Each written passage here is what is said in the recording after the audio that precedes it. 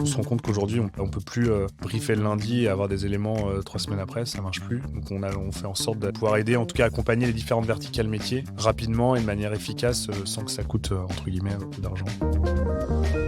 Bonjour à tous et bienvenue dans Masters of Comms, le podcast de la communication d'entreprise par ceux qui la transforment. Je suis Barbara Marzari, directrice chez Sociable en charge des stratégies d'engagement et de communication. Et aujourd'hui, je suis avec Baptiste Rouanette, Head of Brand au sein de la marketplace de services financiers Meyorto. Avec Baptiste, nous allons découvrir les coulisses d'une entreprise qui ne s'est pas dotée d'une direction de la communication à proprement parler et qui pourtant est reconnue comme une marque qui communique très bien, de façon claire, pertinente et cohérente. Mais comment font-ils? C'est ce que nous allons découvrir dans cet épisode. Bonjour Baptiste, enchanté. Bonjour Barbara, merci pour l'invitation. Baptiste, est-ce que tu peux te présenter en quelques mots auprès de nos auditeurs? Je suis Baptiste, j'ai passé le cap de la quarantaine il y a pas longtemps. J'ai environ un peu plus de 15 ans d'expérience avec un parcours qui associe de l'agence de communication comme Marcel ou Sochaux. Donc là, travail plus de conseil et commercial pour accompagner des annonceurs sur toute leur stratégie. Et après, un autre parcours qui est comment on construit, on développe des marques soit de A à Z. Une marque comme EFI où je suis arrivé, il y avait juste un nom et derrière, on en trouve une identité et on va amener la marque jusqu'à la télé. Ou après, des marques comme Meyorto qui sont des marques assez installées sur le marché. Mais comment est-ce qu'on peut restructurer cette marque, la redévelopper, reposer une plateforme et voilà, et l'amener là où on l'attend. En ce qui concerne Meyorto, il s'agit d'une entreprise qui est très connue et d'ailleurs très appréciée en France, spécialisée en services financiers. Est-ce que tu pourrais nous en dire un peu plus sur votre activité? Meyorto, c'est une entreprise qui va fêter cette année ses 25 ans. C'est une entreprise qui, à l'origine, a une ADN sur l'immobilier, qui proposait des services de possibilité à des Français de pouvoir faire leur crédit immobilier en passant par des conseillers en ligne et via notre site internet. Et qui, au fil du temps, s'est développé sur différentes verticales. Bien entendu, il y a l'ADN immobilier qui est très connu, mais ce n'est pas du tout l'ensemble des métiers du groupe. On fait de l'assurance de prêt, on fait du crédit conso, on fait du regroupement de crédit, on fait du comparateur d'assurance, on vend aussi des produits financiers comme de l'assurance vie, SCPI, PER. On a plein de métiers en B2C, on a environ une dizaine de métiers en B2C. Et après, on a aussi beaucoup de ces métiers en B2B. Dans le jargon, on peut être courtier grossiste, mais j'y reviendrai peut-être plus tard. Et voilà, donc c'est une marketplace de services financiers avec une promesse. L'idée, c'est de proposer aux gens de reprendre le pouvoir sur leur crédit, sur leurs assurances pour faire des économies. Et derrière, surtout voilà, en ces temps un peu compliqués, c'est pas voilà, des euros en moins sur la facture tous les mois, c'est plutôt bon signe. Et pour vous donner un ordre d'idée, aujourd'hui, quand vous changez d'assurance de prêt en passant par Meilleur Taux, on fait économiser en moyenne 23 000 euros. C'est pas une petite économie. C'est une très belle entreprise qui est très installée et qui est aussi très connue via, voilà, on est très présent dans le média.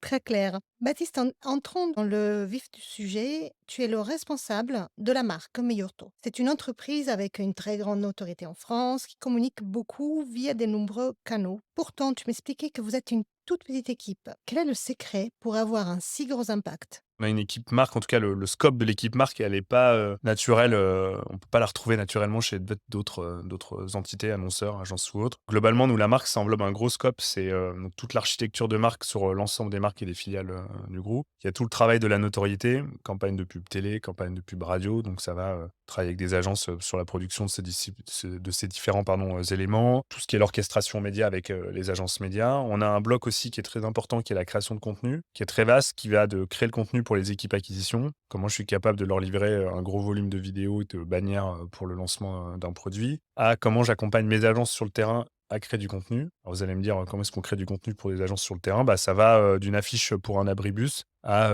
une plaquette ou un flyer parce qu'il va voir voilà, une agence locale va voir un partenaire comme un comité d'entreprise ou voilà ou un autre acteur. Il y a toute cette partie de création de contenu qui est aussi la création de contenu pour le social media. Et après, dedans, on bosse aussi avec les équipes CRM sur la création de contenu pour nos newsletters. Où aujourd'hui, on a un peu voilà, segmenté. On a différentes newsletters qui sont une newsletter sur le pouvoir d'achat, une newsletter sur l'immobilier, une newsletter sur, on va dire, les placements et l'investissement, plus une newsletter un peu plus commerciale où on pousse, on va dire, du push, ce qu'on appelle du push produit chez nous. Donc, c'est quasiment 2 millions d'abonnés. Donc, il y a la partie plateforme de marque, notoriété, la partie création de contenu. On a aussi une grosse partie dans l'équipe qui est ce qu'on appelle la voix du client. Une des particularités de notre équipe, c'est qu'on va gérer un peu tout ce qui est la satisfaction client et les réclamations. C'est géré dans notre équipe et ça permet d'avoir une vision groupe sur l'ensemble des métiers métier et voir où se situe la satisfaction et surtout après faire remonter les différentes insatisfactions aux équipes produits ou aux franchises pour pouvoir faire évoluer les différents process. Et après, un dernier levier, on a ce que j'évoquais tout à l'heure,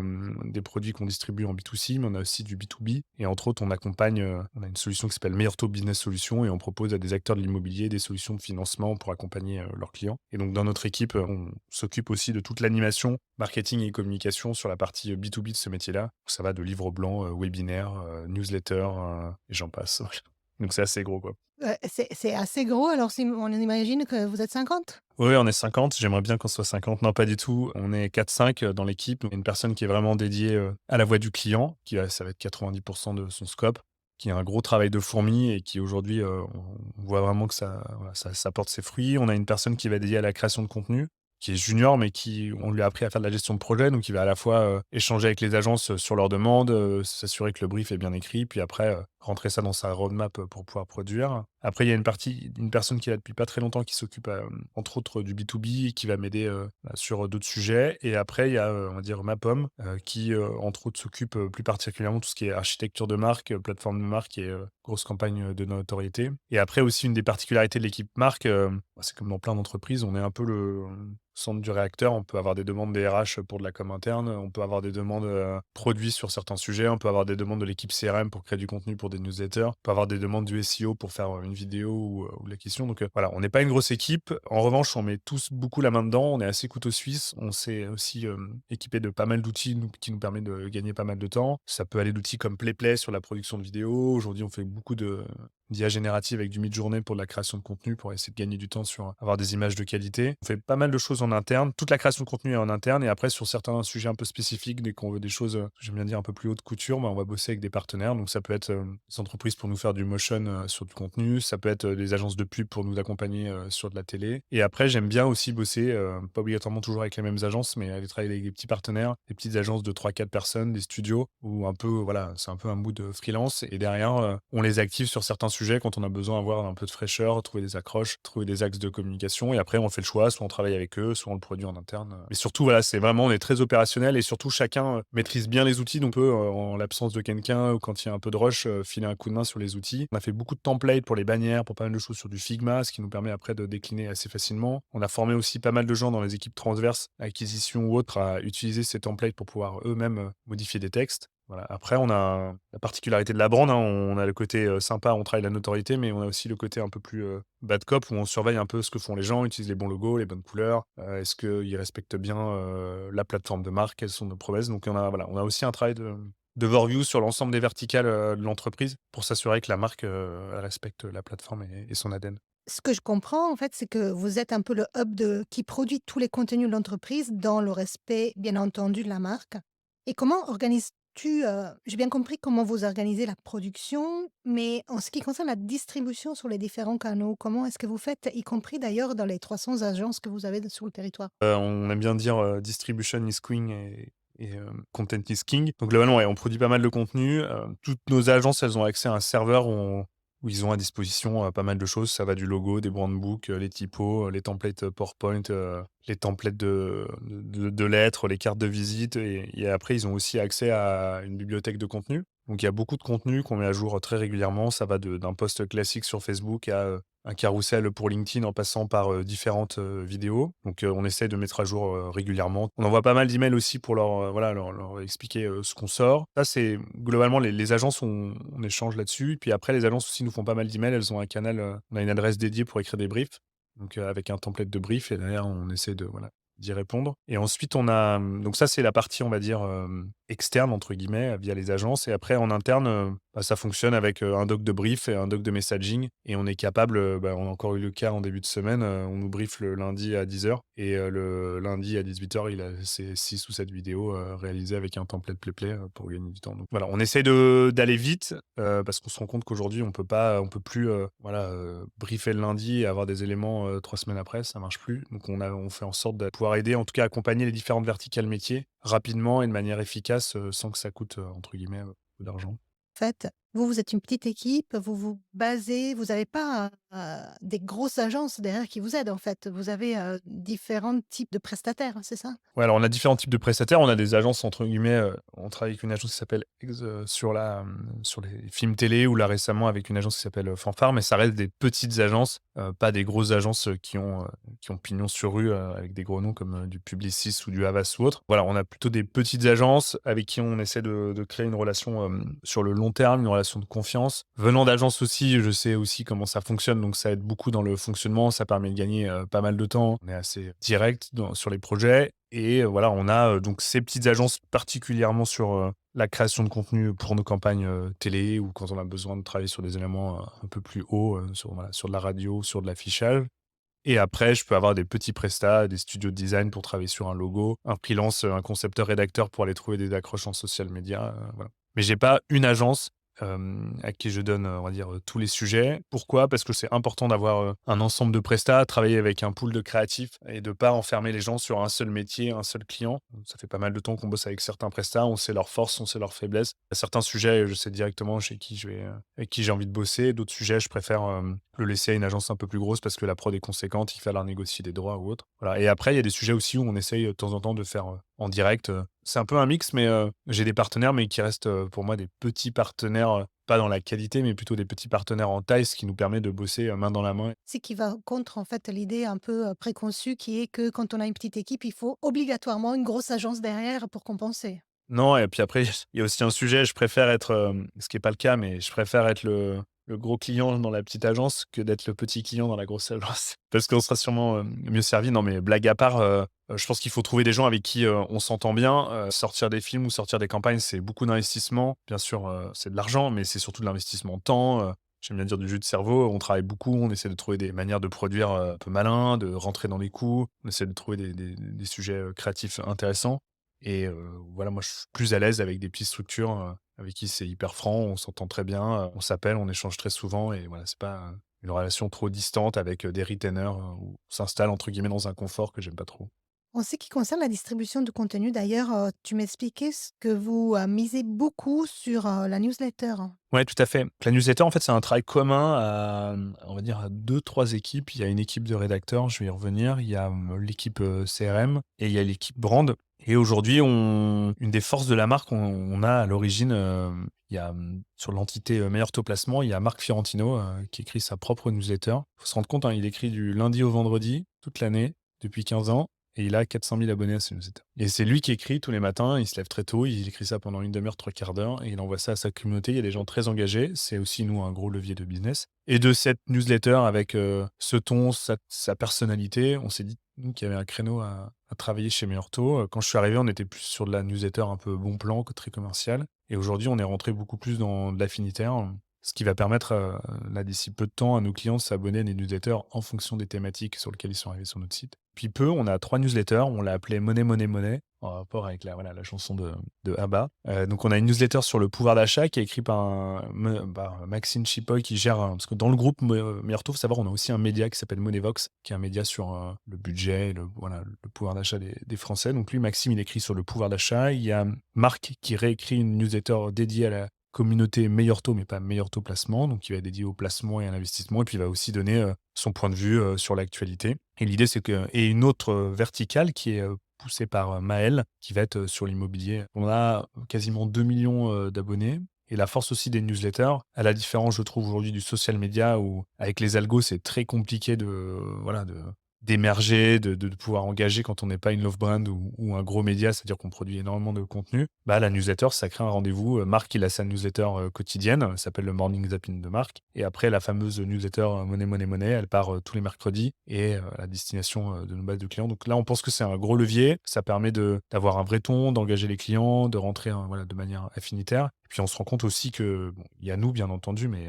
il y a surtout plein de newsletters aujourd'hui sur le marché. Il y a, je sais pas si certains connaissent, il y a une newsletter qui s'appelle Magma, qui est tous les vendredis sur des trends business. Il y a des newsletters, globalement, il y a beaucoup de newsletters très longues et de qualité. Moi, j'en lis pas mal dans l'univers du bateau. Et aujourd'hui, c'est un rendez-vous important. Les gens sont capables de lire des newsletters longues avec pas mal de liens pour aller voilà, se renseigner sur d'autres sites. Et super canal tant de fidélisation, que d'acquisition. Est-ce que tu estimes, selon toi, en fait, la newsletter est un média, beaucoup plus puissant que le social media aujourd'hui? Non, je dirais pas beaucoup plus puissant, parce qu'il y a des marques, elles explosent grâce aux social media et puis il y a des marques qui sont nées via le social, typiquement les DNVB. Mais, en tout cas, nous, pour sur notre marque, c'est un canal, on n'est pas sur obligatoirement une cible, très jeune, hein. Nous, notre cœur de cible, il commence plutôt aux alentours de 35. On pense que la newsletter est un super, canal et les résultats sont plutôt là. On a des super taux d'ouverture, et on arrive, je pense, à fidéliser bien les gens et puis après, ils vont pouvoir, s'abonner en fonction des thématiques et pas recevoir, je sais pas, une newsletter sur le placement alors qu'ils viennent juste pour le crédit. Qu'une diversification aussi des Ouais, différentes, voilà. Après, qui dit diversification dit différentes newsletters. Il y a aussi pas mal de travail pour coordonner, trouver les thématiques et produire, régulièrement. Mais là, on a trouvé notre rythme et j'espère que ça plaît aux gens, quoi. et en ce qui concerne votre structure, et l'agilité de votre structure, donc tu es le responsable de la marque, mais tu t'occupes aussi de la communication. Explique-moi, parce que si j'ai bien compris, vous n'avez pas de direction de la communication dans le sens classique du terme. Tu es le responsable de la marque et que tu assumes le rôle du gardien de la marque et tu veilles à ce qu'elle soit respectée dans toutes les communications internes et externes. C'est bien cela? Ouais, tout à fait. Alors, une des particularités, pardon, on n'a pas effectivement de direction de la communication avec, souvent dans la direction de la communication, il y a la direction de la marque. Il y a, différentes, on va dire, verticales. Il peut y avoir, le contenu, il peut y avoir, le CRM, ou d'autres choses ou l'éditorial. Nous, la direction, donc c'est la marque qui gère, on va dire, toutes les campagnes, de notoriété, campagnes télé, les études, les campagnes médias associées et après on travaille main dans la main avec Maëlle Bernier qui est, notre porte-parole, alors qui a le poste de directrice de la communication, mais qui la valorise le mieux, c'est vraiment porte-parole, qui va gérer tous les aspects, relations, presse, relations publiques, que ce soit B2C, B2B, tout le lobbying, derrière et Maëlle, c'est, ouais, c'est notre agence média. J'exagère un peu, mais on fait énormément d'études grâce à elle. On a énormément de retombées. Tous les mois, on fait 2-3 20 heures. Elle est hyper présente, elle est très claire, elle a pas sa langue dans sa poche, qui a l'air de plutôt plaire aux journalistes et on fournit surtout aux journalistes beaucoup d'études. Donc on a des marronniers toute l'année et qui nous permet, voilà, de naturellement d'être très fort là-dessus, de remonter dans plein de médias. Nous, on travaille vraiment en parallèle avec elle. On essaie de se caler, quand elle sort ses grosses études pour pouvoir, produire du contenu. On travaille aussi avec le SEO sur ces grandes, voilà, sur ces grandes actions à certains moments clés de l'année. Mais voilà, elle ne vient pas entre guillemets, travailler avec moi sur toute la partie, campagne de pub. Alors bien sûr, je lui présente, elle donne son avis, mais elle est pas du tout en relation avec les agences. C'est pas elle qui orchestre, les campagnes médias, est-ce qu'on va faire de la télé, de la radio, quel budget on va mettre, voilà. Mais c'est séparé, mais à la fois, sans elle, on peut pas bosser et voilà et elle, sans mon équipe, elle peut pas avancer. C'est hyper main dans la main, ça se passe très bien, et c'est une énorme force pour Meilleurto. Ce qu'on évoquait, on a une nom connu, mais on n'est pas des grosses équipes et en fait, le fait d'avoir Maël et d'avoir cette visibilité qui est énorme pour la taille de l'entreprise. Juste pour vous donner un ordre d'idée, au siège, on est une centaine, hein, à peu près. C'est pas beaucoup et on a la visibilité que voilà, de plein de grosses marques, énormément présentes. Donc on fait plein d'études et en parallèle de ça, nous, on a toutes nos campagnes, classiques pour pousser, des métiers comme le crédit IMO, le placement, l'assurance ou la mutuelle ou d'autres verticales. Ouais, très clair. Tu as évoqué à plusieurs reprises la notion de la défense de la marque. Est-ce que tu pourrais détailler concrètement en quoi cela consiste? Ouais, je suis un peu le bad cop. Non, mais souvent on parle de notoriété, même souvent quand on échange avec des étudiants, on dit: «Oui, je veux faire de la communication, je veux faire des campagnes de pub, ça va être top. Je vais faire de la télé, on va voir mon film avant le 20 heures. Je vais faire des campagnes sur YouTube». Donc ça, c'est la partie, on va dire, le vernis quoi, mais qui est indispensable et qui permet de construire une marque, de la développer et de voilà, de travailler cet ADN-là. En revanche, après, il y a la défense de la marque. Souvent, c'est un peu le côté bad cop. Donc la défense de la marque, pour moi, elle est hyper importante et elle représente bien l'équipe marque aujourd'hui. Ça va tant en interne, à s'assurer que nos franchisés, donc nos agences en local, utilisent bien, les différents contenus, s'amusent pas à faire n'importe quoi avec nos logos, avec les couleurs. Donc là, si c'est le cas, ils ont le droit à un petit email, un petit rappel à l'ordre. On a beaucoup fait quand je suis arrivé, on a fait pas mal de webinaires avec ces franchisés pour les former, leur montrer l'importance de la marque, en fait, il y a pas que l'équipe marque qui doit défendre la marque et qu'eux aussi, c'est des brand managers. Que plus la marque est forte, plus la marque est respectée, plus derrière il y a du business pour eux.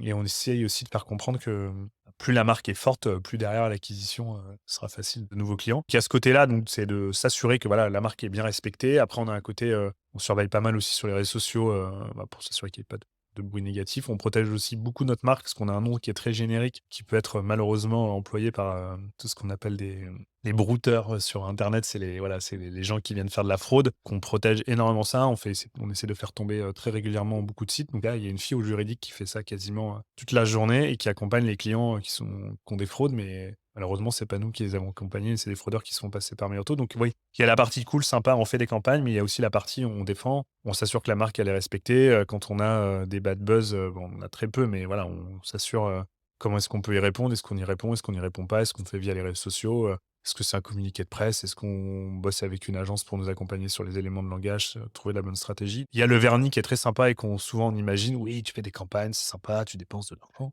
Après, il y a un côté très, il faut se battre en interne pour, voilà, la campagne, elle doit être comme ça, l'affiche, elle doit être comme ça et même en interne, quand on essaie de vendre des campagnes, leur dire: «Oui, c'est ça qu'il faut» et c'est pas parce que, on n'a pas, telle ou telle personne dans le film, qu'on voilà, c'est pas c'est très, ce que je veux dire plutôt, c'est que la création, c'est aussi très subjectif, c'est j'aime, j'aime pas et le côté de la marque, c'est aussi la défense. Bien non, c'est comme ça, il faut sortir le film avec, cette tonalité, cet acteur, ce film. Donc il y a un gros côté, bad cop que j'ai beaucoup fait au début. Au début, j'ouvrais un tiroir, je découvrais des choses, je me dis: «Oh là» et maintenant, on sent que c'est un peu plus rentré, dans les mœurs, que les gens ont compris, l'intérêt, de la marque et une marque surtout, ça se défend, c'est sur l'ensemble de ses points de contact. Les gens ont souvent tendance à dire: «Oui, c'est un logo, c'est un film télé», mais une marque, c'est un logo sur une facture, c'est une carte de visite, c'est un logo sur un stylo, c'est un logo sur un cahier, jusqu'au logo qu'on retrouve, sur la pub après le 20h. C'est vraiment l'ensemble de ces points de contact qui fait que la marque, elle sera forte et là, c'est un gros, gros boulot, je pense que c'est un boulot qui ne s'arrête jamais mais voilà, on a enlevé le point .com, à la fin, donc on se retrouve encore avec des agences qui ont des éléments. Bon, on peut pas tout enlever, rapidement, mais c'est un travail au quotidien de fourmi pour, faire en sorte que les gens respectent bien ou quand vous êtes, dans une réunion, puis vous voyez le mauvais PowerPoint, le mauvais template PowerPoint, bah, c'est un sujet et faut faire en sorte que les gens respectent ces éléments-là et même si les gens disent: «Oui, mais c'est juste un PowerPoint». Très bien, c'est juste un PowerPoint, mais la marque, elle doit s'exprimer avec le bon template. Voilà. C'est un grand classique, le PowerPoint. Voilà, mais c'est les gens ont dit: «Oui, voilà», ils rigolent, c'est pas, c'est juste un template, mais une marque, c'est un voilà, demain, vous bossez chez Vuitton, bossez avec des grosses marques dans le luxe, vous allez voir ce que c'est la défense de la marque, c'est un quotidien. Ils mettent des millions d'euros et ils font en sorte que les campagnes, elles soient parfaites au bon moment avec la bonne cible, le bon acteur et tout. Derrière, c'est une bataille au quotidien. La bataille, elle se mène aussi, j'imagine, en interne, comme tu l'évoquais avec, l'anecdote, de présentation PowerPoint. Mais comment fais-tu, du coup, pour que tous les collaborateurs se sentent concernés et se sentent investis dans la préservation et les renforcements de la marque? Alors après, moi, j'aime beaucoup m'intéresser aux gens, j'aime bien aller discuter avec pas mal de gens dans la boîte. Donc on essaye aussi d'insuffler cette culture marque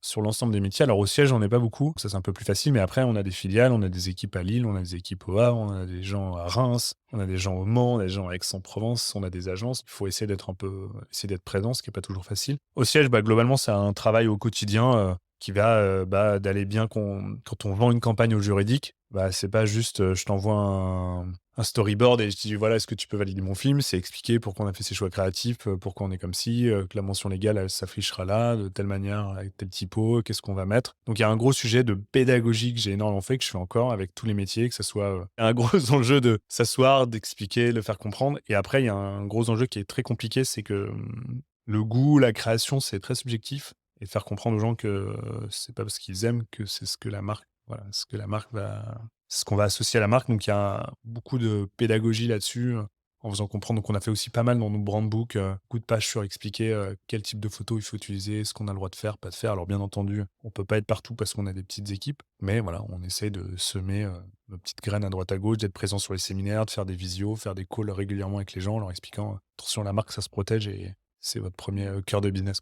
Il faut prendre son bâton, Ouais, de c'est prendre son bâton et puis après aussi, la marque, c'est une valeur, hein. Or, le chiffre d'affaires d'une entreprise, quand on regarde des entreprises qui ont changé de nom, c'est hyper compliqué, c'est hyper long, avant que ça re-rentre dans la tête. Donc on a un nom qui est hyper fort. C'est vraiment à nous de travailler et de continuer à faire en sorte que la marque soit hyper présente et surtout très, très bien respectée. En conclusion, Baptiste, si tu devais, donner, 3 conseils à nos auditeurs, lesquels donnerais-tu à d'autres responsables d'équipes qui ont des équipes plus restreintes et qui aspirent à avoir un gros impact dans la construction de leur marque? Alors, on en évoquait un peu tout à l'heure, il y a un point qui est indispensable sur ces métiers-là, c'est, la curiosité. Il faut être hyper curieux, moi je fais énormément de veille, on fait beaucoup de veille, il faut partager plein de choses, il faut s'intéresser à tous les secteurs, d'activité. Aujourd'hui, je bosse on va dire dans les services financiers, je peux m'intéresser à une campagne, dans le luxe, une campagne, dans l'automobile. Il faut vraiment faire une veille, et se nourrir, s'abonner à plein de newsletters, faut être hyper curieux parce qu'on peut trouver des bonnes idées à droite à gauche qu'on dit: «Tiens, on pourrait l'appliquer, en la twistant un peu sur notre métier». Donc ça, je pense que c'est hyper important. Il y a un autre point important, il faut être un bon couteau suisse et très opérationnel, il faut être capable de mettre la main dedans. En agence, on apprend ça, on sait à la fois faire des slides, on sait à la fois vendre ses projets, On sait à la fois négocier avec la prod, on sait à la fois échanger avec des créatifs et souvent chez l'annonceur, il y a un petit manque sur ce côté-là, donc il faut, montrer aux gens que, ouais, il faut savoir un peu tout faire, et aussi un point important qu'on évoquait tout à l'heure, c'est, savoir vendre sa créa et ça, c'est un truc, je me bats avec mes équipes. Quand on vend un projet, on a une demande simple, hein, de faire une bannière, faire un petit flyer qui peut paraître basique. Mais en fait, il faut le vendre. Il faut expliquer qu'on a passé du temps. Il faut expliquer que ça nous a mis du temps de choisir la bonne photo, qu'on a posé le logo là et pourquoi on l'a posé là, pourquoi on a mis cette phrase-là. Et ça, c'est un vrai sujet. Point important, c'est curiosité. Deux, c'est très opérationnel. Aimer la créa et savoir la vendre. Ça, c'est hyper, franchement, c'est un peu ma bataille. Et après, je pense que c'est, savoir s'entourer sans avoir les gens vont dire: «Oui, tu as plein de prestats, tu as plein d'argent». J'ai pas plein d'argent. La télé, oui, ça a de l'argent, mais c'est de l'argent que je dépense on va dire, en médias. Et après, c'est s'entourer d'un bon pool, de prestats, que ce soit des outils comme, du PlayPlay, des petits prestats comme The Source, des agences, à taille humaine, et avoir ce pool de créa, qu'on, va, débloquer à certains moments pour, certains sujets, très précis. Si on respecte un peu ces trois quatre points clés, on arrive à voilà, à être bon. Mais je rappelle, hein, là, c'est battez-vous, vendez votre créa. Il faut savoir vraiment la vendre, c'est la bataille au quotidien et vous en serez, derrière hyper content si vous arrivez à vendre votre, sujet. Et il faut être droit dans ses bottes et savoir dire non, c'est comme ça. Merci beaucoup, Baptiste. Avant de se quitter, j'aimerais te poser la question que j'aime bien poser à tous les experts qui interviennent dans ce podcast. Est-ce que tu veux partager avec nous le titre d'un livre qui t'a particulièrement marqué dernièrement? Alors c'est un livre que j'ai lu pendant le, deuxième confinement, là, où on n'avait pas le droit de sortir le soir, que j'ai relu quelques pages, il y a pas très longtemps. C'est un livre qui s'appelle The Box, qui a été écrit par je crois qu'il est prof à Harvard ou à MIT, qui est Mark Levinson. C'est comment le container a changé, l'économie dans le monde. Bon, les gens vont dire: «Oh là, le container, c'est quand même pas très sexy», et en fait, c'est hyper intéressant, c'est très documenté, on apprend plein de choses. Et après, un autre bouquin, bon, c'est un classique, hein, mais je vais en rajouter même un autre. Les deux s'associent. Il y a Le Magellan qui est. Bon, en plus, j'aime le bateau de Stefan Zweig, qui est quand même un bouquin incroyable pour s'évader, se rendre compte qu'il y a voilà, 400 ans, traverser l'Atlantique et il se retrouve à passer le Cap Horn. Voilà.